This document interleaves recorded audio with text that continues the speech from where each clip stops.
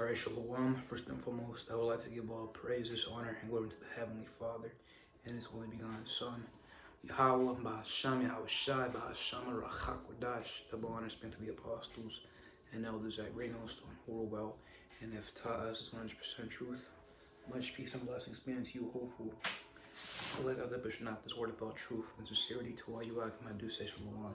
I'm the Keshamashuan coming in with a quick lesson I entitled "The Dietary Laws Still Apply," and that term "still" is underlined to emphasize continuity, right? Time back to Matthew the 5th chapter, right, verse 17, which I will pull out, right? The purpose is, filter out our speech, our thesis through the scriptures, which is our evidence. But first of all, I would like to clarify what that word diet means, which you hear it often in the mainstream media comprised here in America, right? And you hear it, well, not a lot. Esau here using it, twisting it up, walking in damn circles, talking about, oh no, do this, oh no, do that, oh, this instead. Well, actually, you want to set apart from this. And Esau, damn well knowing the people are freaking idiots, he knows that they're bound to freaking be confused and, try all these different methods, And that's where you get the common statement that diets are fads. In this instance, it's not, right? Right? Because what's it called? They're out here trying to lose weight. Really, they're trying to lose fat. And with that being said, they're out here doing a 3-day military diet, man. Ain't no goddamn 3-day military diet is gonna benefit you in any way. The true thing is consistency. Because the simple answer on how to lose fat or get buff to get fat, it's your caloric intake. You put your stats in the calorie calculator and whatnot, you'll get an estimate on how many calories you need per day, right? Total daily energy expenditure, whatever you call it. And as for me, I need to consume about 2,500 calories per day, as a minimum. Below that, it's a deficit. And if I continue in that, not for freaking 3 days, for an extended period of time, I will lose fat. Because you have to put in the effort to achieve a good physique. Whereas you want to get big, you get a surplus, plus 2,500 calories, like 3,000. That's a simple answer, But he's out here telling the people go to extreme measures and no, go over here and just to sever bread, screw carbs. Carbs are the devil, carbs are evil. And motherfucker ain't no carb damn evil. Else why would the Lord, create them? They were created for our consumption. But we want to be eating pork. Mofo, no pork, yes bread. Yeah, say no to pork, say yes to bread, bro. I'm gonna put you on the scriptures, in the Blue Letter Bible. I'm gonna search it up in the search bar, bread. And as you see,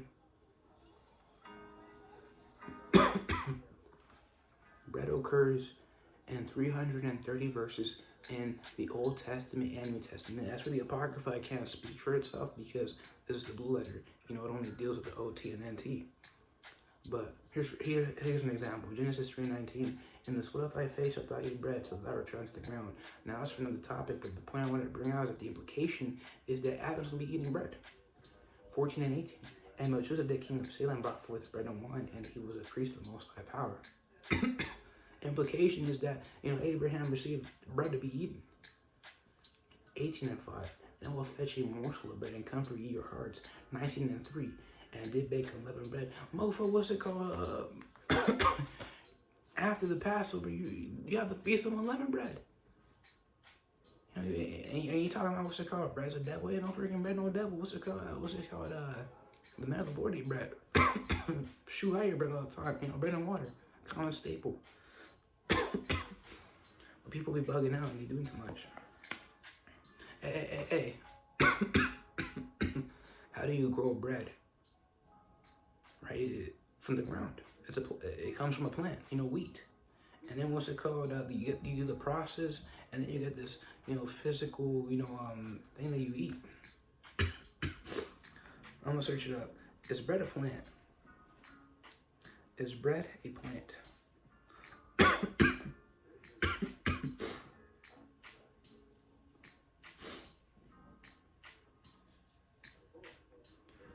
Okay. No, bread is not a plant itself, but it's food. But it's food made from plants. You know, it still proves a point. Bread itself is not a food, right? Bread is the byproduct of the process of combining grains like wheat, which are ground into flour, and wheat is a type of plant. What do the scriptures say on plants? What do the scriptures state on plants? Okay. Genesis 2:5. And every plant of the field before it was in the earth, and every herb of the field before it grew. Oh, so I can't, not the right one.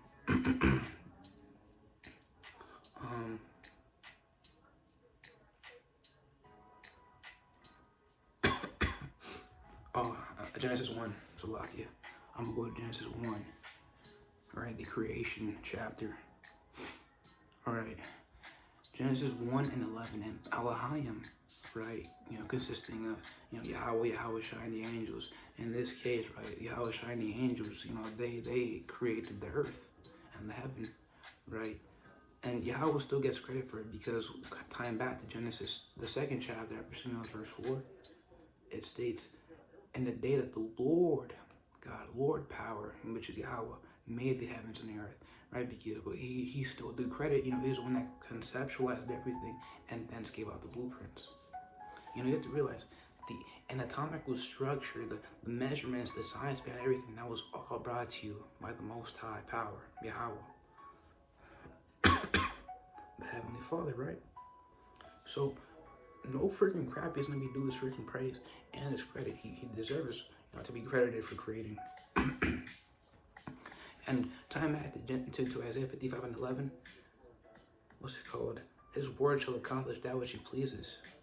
If his word was to command Yahweh Shai and the angels, what's it called, to create, really it's of the Lord. Also, the king's heart is in the hand of the Lord. Heart means mind, really spirit. Mind meaning the brain, and that's where the spirit resides. But a king, what is Yahweh Shai known as in Revelation? The King of Kings, Lord of Lords. He is that king mentioned of at the start of Sirach, the 10th chapter, and the Lord will set over, a king that is profitable over the earth. Yahweh Shai is that king. Thenceforth, it is no lie. It's totally interconnected. I digress back though. Talking about the Genesis 10:11. And Elohim said, "Let the earth bring forth grass, the herb yielding seed, and the fruit tree yielding fruit after its kind, whose seed is in itself upon the earth." And it was so. And the earth brought forth grass and herb yielding seed after his kind, and the tree yielding fruit, whose seed was in itself after his kind, and power thought it was good. Right, it was good. A perfect creation.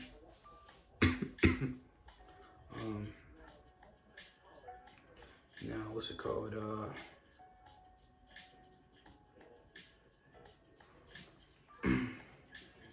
Okay, jumping down to verse 26, and power said, "Let us make man in our image," right? Meaning they have, what's it called, order, dominion. And skimming down to verse 29, and Elohim said, "Behold, I have given you every herb bearing a seed pertaining to the man, which is upon the face of all the earth, and every tree, and which is the fruit of a tree yielding seed. To you it shall be for meat." Right now, obviously, what's it called? Fruits aren't, a meat like, what's in here. But, the implication is that it is food to be consumed. Now, does that mean, eat freaking shrooms? Ain't no goddamn eating shrooms. No shrooms, are psychedelic and they're poisonous to the human system, right? Or the body in general. You out here, what's it called? Have cats here tripping. You have accounts of cats be eating shrooms and, their mind's in a different state. That's not a righteous thing. You had some clown called the Wrath of, Heaven or whatever, Wrath of something like that. And he was out here talking about, he's like 40 years old or whatever, and he's out here talking about, what's it called, embracing the child within you. Mofo, you forgot what the Apostle Paul made the mention of.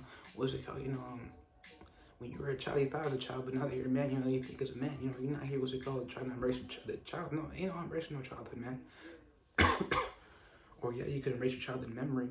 That don't mean you're supposed to embrace the child within you. You know, be oh, no.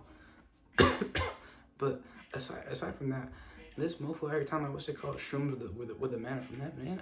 Shrooms ain't no manna from heaven, man. Which the Metal Lord at GMS did cover, and this was years ago, right? But you know that the fact that what's it called a shroom is a type of plant from the ground, you know, that this verse is not an excuse for you to be eating shrooms, right? But it is an excuse for you to be eating bread. I heard talking about bread is bad. Bread ain't bad. Yeah, you're tripping, dog. But then again, that's the lack of knowledge. You don't properly do your research. But anyways, I digress back to the main topic of the lesson.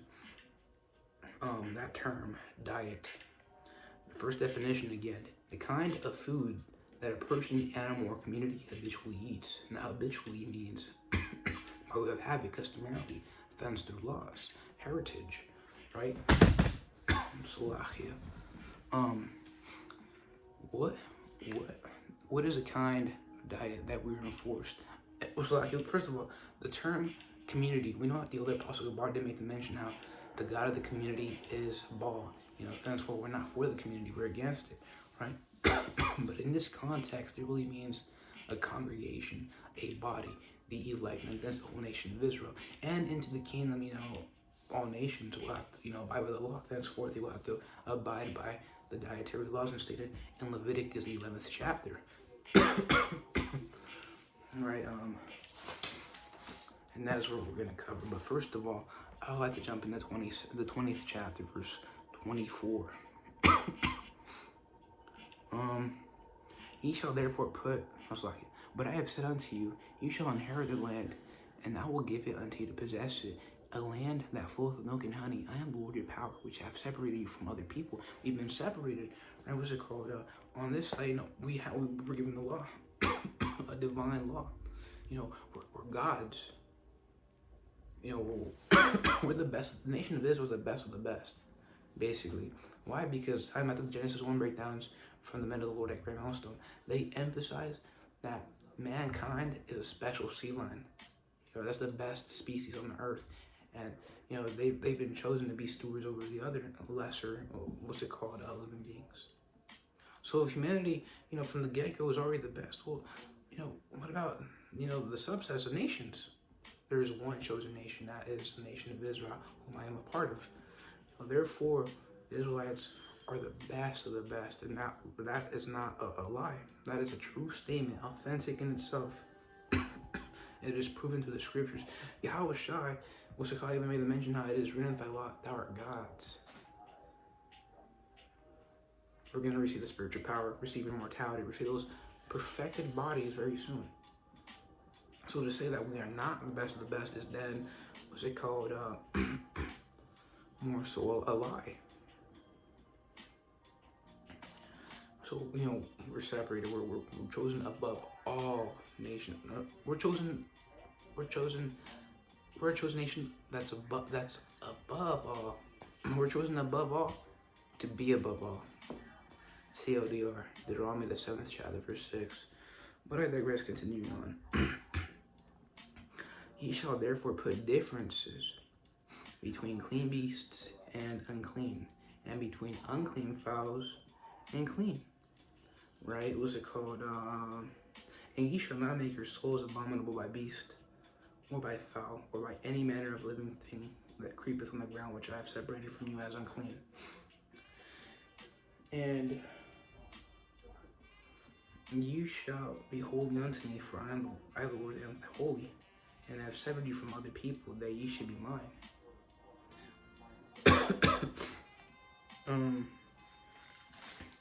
Thenceforth, I want to jump into the 11th chapter. And it's the whole chapter, you know, it's pretty long. So I'll just, you know, skim through Leviticus, the 11th chapter, verse 1. And the Lord spake unto Moses and Aaron, saying unto them, speak unto the children of Israel, saying, these are the beasts which ye shall eat among all the beasts that are on the earth. Now, for people that are talking about, oh, what, they're using the term beast. Oh my gosh, this is what's it called, animalist. You know, yeah, what's it called, referring to animals as beasts. You know, mofo, you know, a beast is an archaic term that referred to animal. You know, you don't gotta get all woke and what's it called? You know, emotional when we really don't give a damn. We really don't give a damn. You know, animals, beasts. That's how it's that's how it's referred to as. Right. But continue on, Mr. Mention now. Whatsoever part of the hoof and is cloven-footed, and cheweth the cud among the beasts, that shall ye eat. Now, what doth come to mind when you read that? Let me show you. Let me put you on something.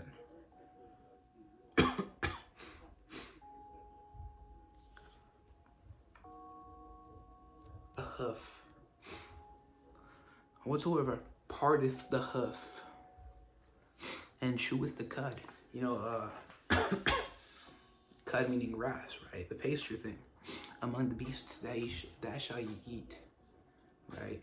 What's it called? Yeah. A pig has a cuff. Yeah, a pig has a huff, but you have to realize that the height of a pig, man, it's not that of a cow, right? You know, historically they've been used to pick up remains, right? They're like scavengers, right? They could eat a whole human body. You play Red Dead Redemption 2, you know, there's gonna be that random encounter where you meet a prostitute who defended herself, and you know you're tasked, employed by her, you know, to dump the body at a pig pen so the pig could eat it overnight, and you're giving that some money. Also, in that Netflix show Disenchanted by Matt Groening, who also, you know, created The Simpsons, there's a specific scene where they dump human bodies onto a pig pen and they start eating them. You know, and also there are other accounts with farmers who made the mention how their child was looked at by a pig a certain way and they start licking their lips. And psychologically speaking, through observation, you realize that the pig finds that the kid, you know, tasty to eat. So, you know, what's it called? And they also eat, you know, they also eat a bunch of garbage, man. There is a video that circulated where it showed you the owner of a pig, you know, putting two types of, you know, meals, if you will. One is authentic food, and one is garbage from the friggin' trash can. What did the pig choose? He didn't go for no organic food. He went straight for the trash can. So that's not going to be clean. That's abominable. And it is lends no wonder as to why, you know, scientifically you have what's it called, all these studies that go into heart disease, you know, thanks to eating pork. You know. But I digress. Nevertheless, these shall ye not eat of them that chew the cud, or of them that divide the hoof, as a camel, because he cheweth the cud, but divideth not the hoof, he is unclean unto you. And yet you got mufflers out here, what's it called, you know, eating the lump from the camel's back, you know, as if it was like some divine cry. Hey, that's disgusting, dude. That's disgusting. And rest in peace, poor animals, right? Those poor animals. We're supposed to be stewards. The scriptures make mention we have dominion and order. Well, dominion, not only does it pertain to knowing what proper animals eat, but also caring for them. You know, unclean animals, you know, deserve, you know, what's it called, mercy too. Else, why would the Lord tell Noah to save, what's it called, the unclean animals? Why do they still exist post-flood? Because they're supposed to be cared for, you know, regardless either way. They're not supposed to be eaten. That doesn't mean, what's it called, you can't care for them. Else, why do we exist? You know, we can't eat each other. You know, cannibalism is also wickedness. You know, why do we still, you know, continue on? Care. What's it called? And this is rhetorical questions, which, you know, the apostles of old, they dealt with rhetoric, right? Rhetoric is basically questioning something while implying the answer at the same time. You're not looking for a direct answer because you're already insinuating it through your question.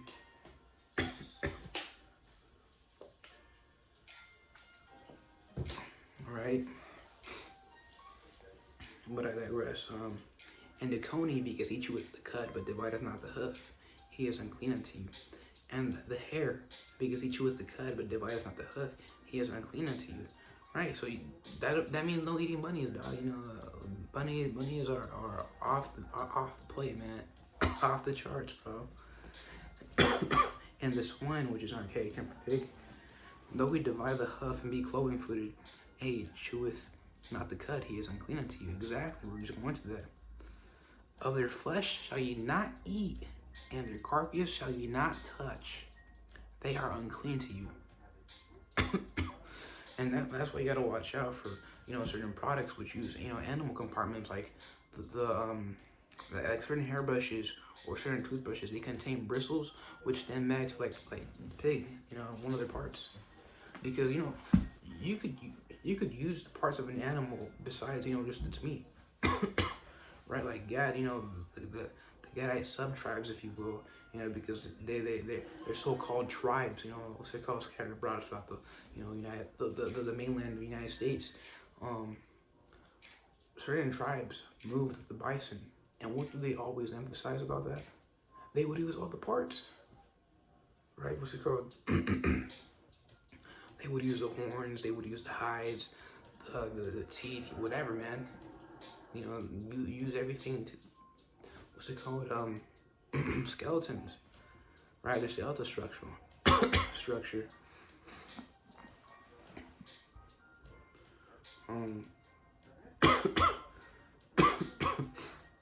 But we could also eat certain bugs. Jumping down to verse 22, it does make the mention how even these of them ye may eat, the locust after his kind, and the bald locust after his kind, beetle after his kind, and the grasshopper after his kind. But all other flying, creeping things which have 4 feet shall be an abomination unto you. That means no eating goddamn ladybugs, man. If ladybug lands on you, what's it called? Cool, that's it. That means you don't gotta freaking put it in your mouth. I'm Lucky Charm. Ain't no Lucky Charm, bro. That's just the name. But you can read the whole chapter. It doth entail, in specifics of what to and what to not eat.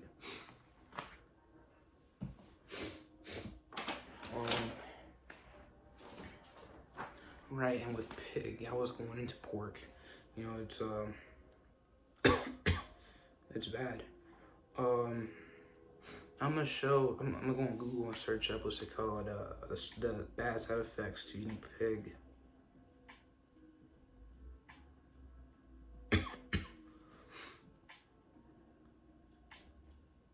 Right, eating pork, especially processed or undercooked varieties, carries risks like bacterial infections, salmonella, yersinia, parasitic diseases such as tapeworm and trichinosis, and increased risk of chronic conditions like heart disease, high blood pressure, and certain cancers due to its saturated fat, sodium, and cholesterol content. What's it called?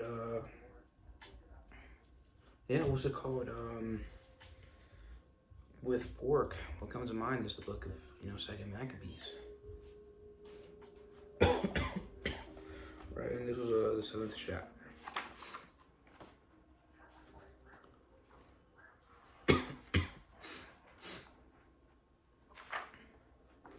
Because one thing to know about these self-proclaimed Christians is that they proclaim, to be for the Lord, but they every time out, I'm not gonna eat pork.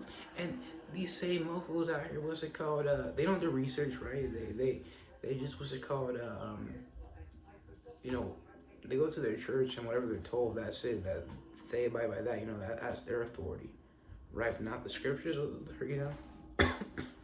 And the truth is, not only are they lazy, but they know that they're gonna be wrong, so they don't even try and meddle with that. Ignorance is bliss for them.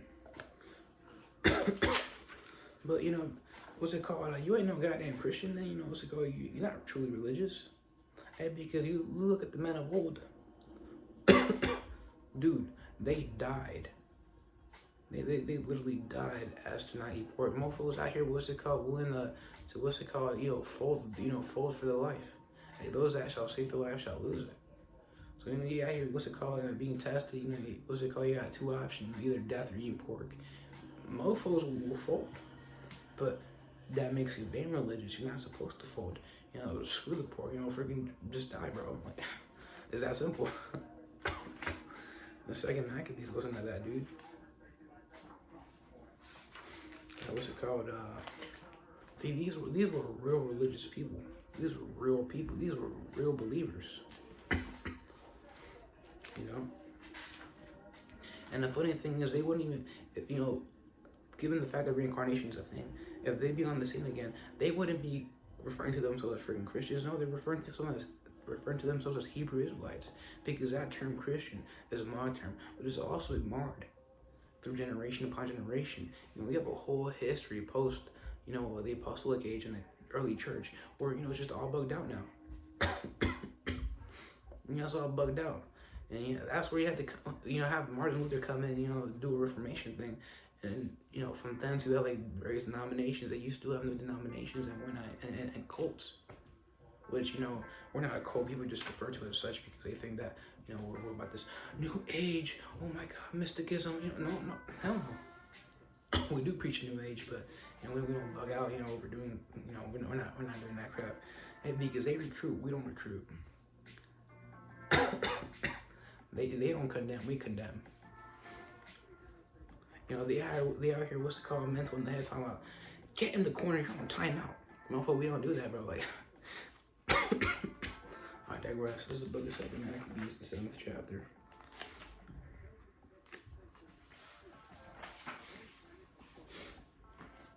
I'm going to start off at verse 1. In the death of the king to pass also that 7 brethren with their mother were taken and compelled by the king against the law to taste the swine's flesh. Now, this was in the Hellenic period, right? During Hellenization, which you can attribute America as to such because, again, it follows in the same footsteps. And it's, you know, either way, it's all Esau Edom ruling since back then. And, you know, time I think, let's see, there's only another thing that has been established shall be done. There is Hellenization, then there was Romanization, now it's Americanization. And, you know, you read the first chapter, you read about Hellenization and what's it called, how the people, the wicked generation from Israel, you know, did make a covenant with the heathen. And that's where you have the gymnos, the gyms. That's a Greek custom. Now, is a gym bad? Ultimately not, right? You know, that's a designated place to lose, to you get fit, lose fat. As for me, I'm more into calisthenics, right? There's a garage downstairs below me. You know, I go downstairs, I open the door to the garage, I close it behind me, and I go walk to the corner, and there's my equipment. Right, you have the dip bar, the pull-up bar, and I do have some weights down there, but mostly I try to emphasize calisthenics, right, which calisthenics means beautiful strength in the Greek. But there's that. Yeah, in time after what's it called? Ecclesiastes, the 30th chapter, does make the mention how good is state of body, health and good is state of body, body are above gold. It's roughly paraphrased. So taking care of the body, you know, it's praised, it's encouraged, right? You know, when you see somebody with a good physique, there's a form of respect right there because it shows that they put in the damn effort. You know, but I digress. Time Mac, it does make the mention now. And compelled by the king against the law to taste the swine's flesh, you know, pig's flesh, and were tormented with scourges and whips. All just to not eat pork. Now that is an immense amount of faith. This is an example of true faith, willing to die for the Lord just to not eat freaking pork. And you can't tell them they're lunatics, else why would they be ridden? Else why would they be freaking ridden? You know, and praised. You know? The scribes, if they were to use it as a bad example, they would make it known, you know, this story is told that you may know, that future generations may know not to, you know, that isn't the case. They're praised for what's it called, giving up their lives just not eat pork because, again, they're trying to keep the law. The point is to keep the law to the best of your ability. Not 100%, you know, you can't do that. You got people out here, what's it called, bugging out, you know, overdoing that crap. Well, then they do away the concept of faith. You know, we're delivered through faith, not by the laws.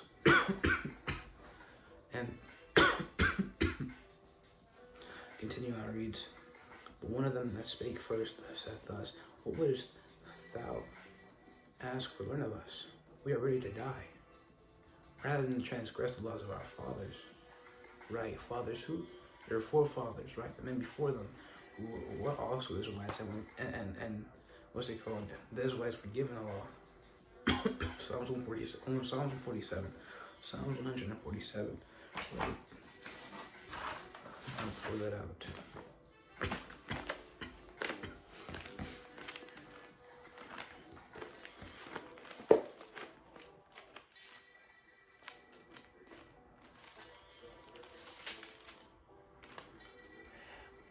Verse 18.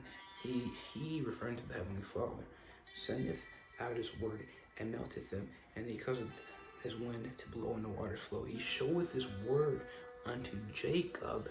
Jacob being interchangeable with the nation of Israel, right? Because, time after the history, Jacob, his name was later changed to Israel, right? No, we also still know him as Jacob, right? The nation of Israel has various names: Jacob, Israel, Zion, right? Daughter of Zion, Jeshurun, Samaria, Judah, right? All those northern and southern kingdom, all those, the Jews, and all of those really, attribute the whole nation.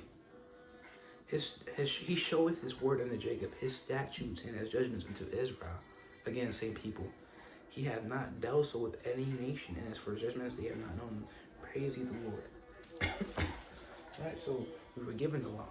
Now, as for verse 20, we do know that this is only temporary. In the kingdom, they will have the law, right? The heathen, have to keep it because we're going to be ruling, and it's common sense. Somebody that's in position of power, they're going to enforce, their doctrines, their teachings upon, their subjects. That's exactly what's going to happen. But it does read, the king, being in a rage, commanded pans and cauldrons to be made hot, and that isn't the first, that isn't the only documented, case of being burned alive. Right, like the apostle, the apostle John, he was put in boiling oil, if I'm mistaken, right, like in a cauldron, right? But obviously he was unscathed, he was untouched, because the simple fact that he was not meant to die. He lived a full life, but, for the sake of, receiving these revelations, right, these visions, future prophecy, through the dreams, while being on the Isle of Patmos, cast as a prisoner in the salt mines. Right. By the way, spoilers. What's it called? Belated spoilers. John didn't go back to Asia, bro. When it makes the mention how, give this word to the 7 churches of Asia.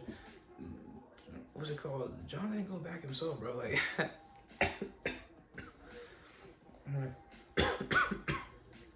he died on the Isle of Patmos. And we believe through what's it called, the spirit of faith, that he reincarnated as the beloved and late elder high priest Daria, who's now in the spirit realm. Right. But continue on, verse 4 makes the mention that, which forthwith being heated, he commanded to cut out the tongue of him that spake first, and to cut off the utmost parts of his body, the rest of his brethren and his mother looking on. And now when he was thus maimed in all his members, he commanded him, being yet alive, to be brought to the fire, and to be fried in the pan. And as the vapor of the pan was for good to dispersed, they exhorted one another with a mother to die manfully, saying thus, the Lord power looketh upon us, and in truth hath comforted us, as Moses and his son, which witnessed to their faces, declared, saying, and he shall be comforted in his servants. So when the first was dead after this manner, they brought the second, and make him a mocking stock. And when they had pulled off the skin of his head with the hair, they asked him, wilt thou eat before thou be punished throughout every member of thy body? But he answered in his own language and said, no. He said, la'ah, I'm mistaken. Wherefore he also received the next torment in order as the former did. Damn.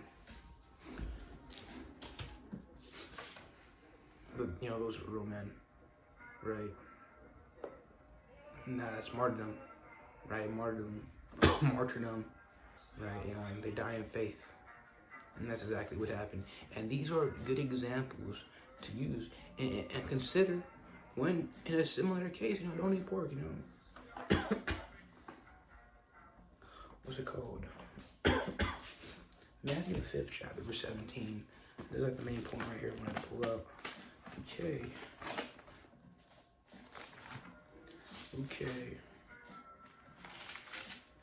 And it doth read, and this is in the red letter, obviously, how Shai, the Lord and Savior, speaking, right? And it doth read how, think not that I am come to destroy the law. Mother was out here talking about, oh, the law doesn't exist. The law, what's it called? The Lord did away the law with this. That mofo, he didn't do away the law. What's it called? He did away the sacrificial law. He did not do away the entire law, right? Because he did away the sacrificial law, becoming that great sacrifice, right? That means you don't gotta, what's it called? Set up a stone altar anymore, and cut up a lamb and put it up on an altar to offer to the Lord. No, because Yahweh Shai became that great sacrifice. Thenceforth, the sacrificial was done away with. Ain't no, what's it called, rest of the law done away. No, it still applies, right? Think not means do not think, don't think, right? That I am come to destroy the law of the prophets. I am not come to destroy, but to fulfill. What does that word fulfill mean? Well, I got an iPad right here. So I'm going to tell you what that definition of that word fulfill means.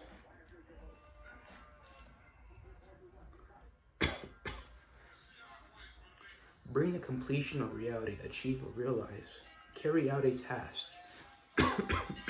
Now, if he carried it out, shouldn't we also carry it out? Henceforth, it is no wonder as to why the apostles made the mention how he is the example to abide by, to walk in his steps, to follow his steps. If America could walk in the footsteps of all those other whorish countries, kingdoms of the ancient realm, shouldn't we follow in the Lord's steps? I'm pretty sure, yeah, But then again, that's just me, what's it called, talking, right? Because obviously, this word is not meant to be, received wholeheartedly by the masses of the people. Again, this truth is unto them as a lovely song, right? What's it called? But they don't dance. And, as the old apostle Ryan made the mention, you speak these words, just bounces out their goddamn ears. It ricochets, It don't puncture a hole in the brain and marinates and asks for them to actually receive the understanding. No, it just bounces off like nothing happened. Because they're not given the understanding. And that's why that's where you make the mention now. He that hath an ear, let him hear. Not what's it called? Not all men that have ears, listen up. No, it's he that hath an ear, let him hear. Let him hear. He that hath the spirit to understand, let him understand. If you don't have the spirit to understand, this ain't for you. All right. I'm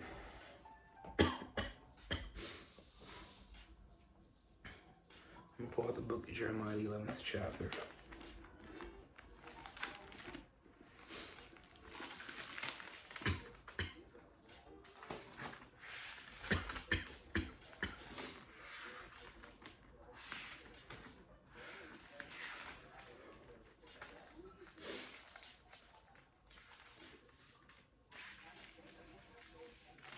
Okay, here's a good one. Jeremiah. Before I go into the 11th chapter, I will like to point out the 10th chapter, verse 1. And it doth read, Hear ye the word which the Lord spaketh unto the house of Israel. Thus saith the Lord, learn not the way of the heathen. What's the way of the heathen? Eat pork. I mean, we ain't gonna be eating no pork, man. Right. What's it called? First and foremost, this precept is mostly, referred to, or mostly used with the Christmas crap. Because verse 2, or verse 3 doth emphasize, freaking, a tree with ornaments on it. Going to show you how the other Apostle Gabar is right. There is a precept for everything, man. Right, and that's the thing about this book. It deals with future tense as much as it does with present and past tense. Because what else would prophecy be if not to refer to future events before they even happen? Exactly. Whereas the history of the ornamenting the tree thing, has existed, it has bounded in other paganistic what's it called, folly days, if you will. But the point is, it still applies. There's a priest for everything, regardless of time, tense, present, past, future. On the 11th chapter, verse 1, the word that came to Jeremiah from the Lord, saying, hear the words of this covenant, and speak unto the men of Judah and to the inhabitants of Jerusalem, and say thou unto them, thus saith the Lord, power of Israel, cursed be the man that obeyeth not the words of this covenant. If you what's it called, ain't keeping the dietary laws as an example, then, hey, cursed be thou, man, cursed be thou, which I commanded your fathers in the day that I brought them forth out of the land of Egypt from the iron furnace, saying, obey my voice and do them accordingly to all which I command you, so shall you be my people, and I will be your power. And that last clause of, so shall you be my people, and I will be your power, and that hurts. Because you see, historically speaking, when Jake will mess up and now you're eating pork and whatnot, what's it called? What would happen? The Lord would have himself. Hey, there goes oppression. There goes, the curses, man. Right?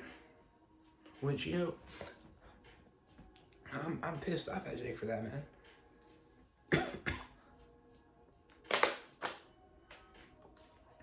Because time out the judges makes mention now, a generation that knew not the Lord, they came on the scene.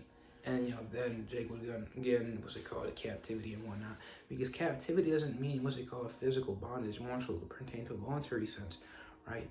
Because whoever jurisdiction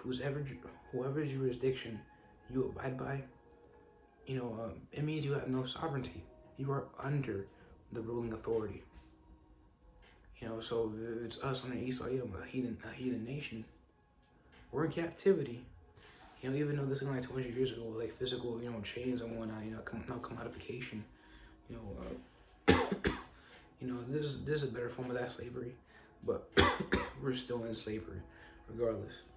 Which does dictate that there is a distinction between what's it called, slavery and chattel slavery. Chattel, it's more gruesome, it's more brutal. Like individual property. Now, sure, we are property to the state. That's where you get the Social Security and whatnot. What's it called? We're a bunch of numbers, if you will. But what's it called? This is a better form of that. Now we're voluntary. Slaves to terms and agreements, contracts that the other apostle to heart didn't make the mention of, right? It's still captivity because we're captive under their laws, their authority, their jurisdiction.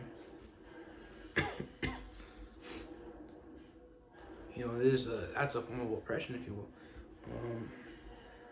Continuing on, which I commanded your fathers in the day that I brought them forth out of the land of Egypt from the iron furnace, saying, obey my voice and do them according to all which I command you, so shall you be my people. That will be your power. Right.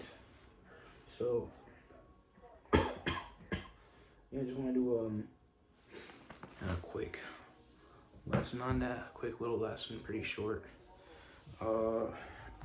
The dietary laws still apply, but with that being said, I hope this lesson is edifying. Until next one, I do say shalom.